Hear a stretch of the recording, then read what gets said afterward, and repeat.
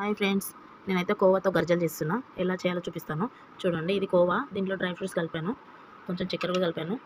ఇది ఇలా పూరి టైప్ చేసేసుకొని దాంట్లో స్టఫ్ ఇది ఇలా పెట్టేసి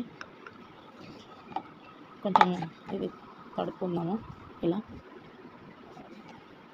ఎందుకంటే ఇలా తడుపుకోకపోతే ఓపెన్ అయిపోతుంది, అందుకు ఇలా చేస్తున్నాను.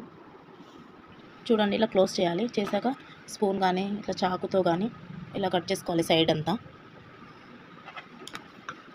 కట్ చేసేసి ఇలా మళ్ళీ ప్రెస్ చేయాలి. ఇలా కొంచెం ఫోల్డ్ చేయాలి.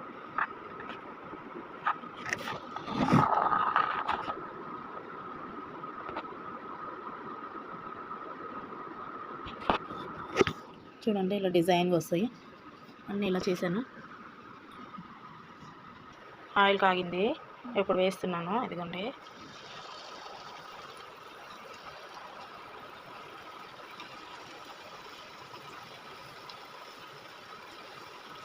మంచిగా బ్రౌన్ కలర్ వచ్చేలాగా కాలుకోవాలి. చూడండి, ఇలా కాగింది. కోవా గర్జలు రెడీ అయిపోయాయి. తిని చూసి చెప్తాను.